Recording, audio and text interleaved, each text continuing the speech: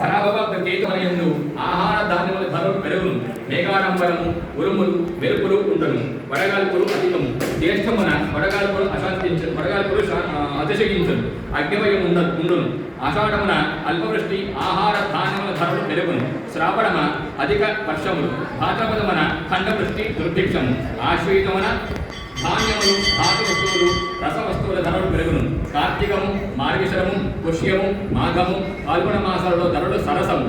పశ్చిమ దేశముల యందు ఆహార ధాన్యం ధరలు సరసము. సింధు పంజాబ్ సరిహద్దు ప్రాంతముల యందు పంటలు బాగా ఫలించును. జగర్లగ్నమున లగ్నమందు గురుడు. రాజ్యస్థానమందు కుజ బుధ శుక్రుల స్థితి. లాభస్థానమందు రవి శుక్రుల వలన దేశ సౌభాగ్యం పెంపొందించుట మరియు అనేక విధములైన సవాళ్లను అధిగమించి దేశం లాభాల బాట పట్టును.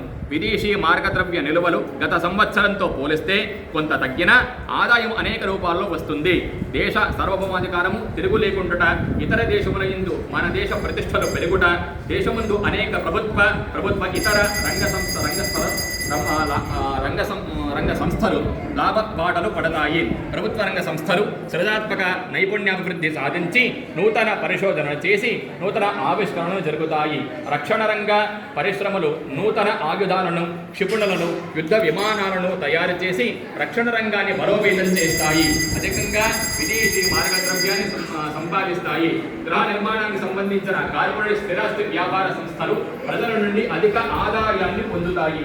కేంద్ర రాష్ట్ర ప్రభుత్వాది నేతలు నైతిక విలువలతో కూడి జీవన విధానాన్ని కట్టుబడి అత్యంత శ్రద్ధలతో సమాజ వికాసానికి కార్యాచరణకు శ్రీకారం చుడతారు. స్వచ్ఛమైన ఆరోగ్యంతో స్వార్థరహితమైన పరిపాలన ఆలోచన విధానాలతో ప్రజలకు ఉపయోగకరమైనటువంటి మరియు సమ్మతమైన నిర్ణయాలు తీసుకొని శాసన చట్టసభల్లో మరియు ప్రజల మద్దతును కూడా కూడగట్టుకుంటారు. నూతన సాంకేతిక పరిజ్ఞానాన్ని ఉపయోగించుకొని తత్సంబంధ పరిశ్రమను అభివృద్ధి చేసి మన ఆంధ్రప్రదేశ్ రాష్ట్రాన్ని దేశంలో అగ్రగామిగా చేసే ప్రభుత్వ ప్రయత్నాలు ఫలిస్తాయి.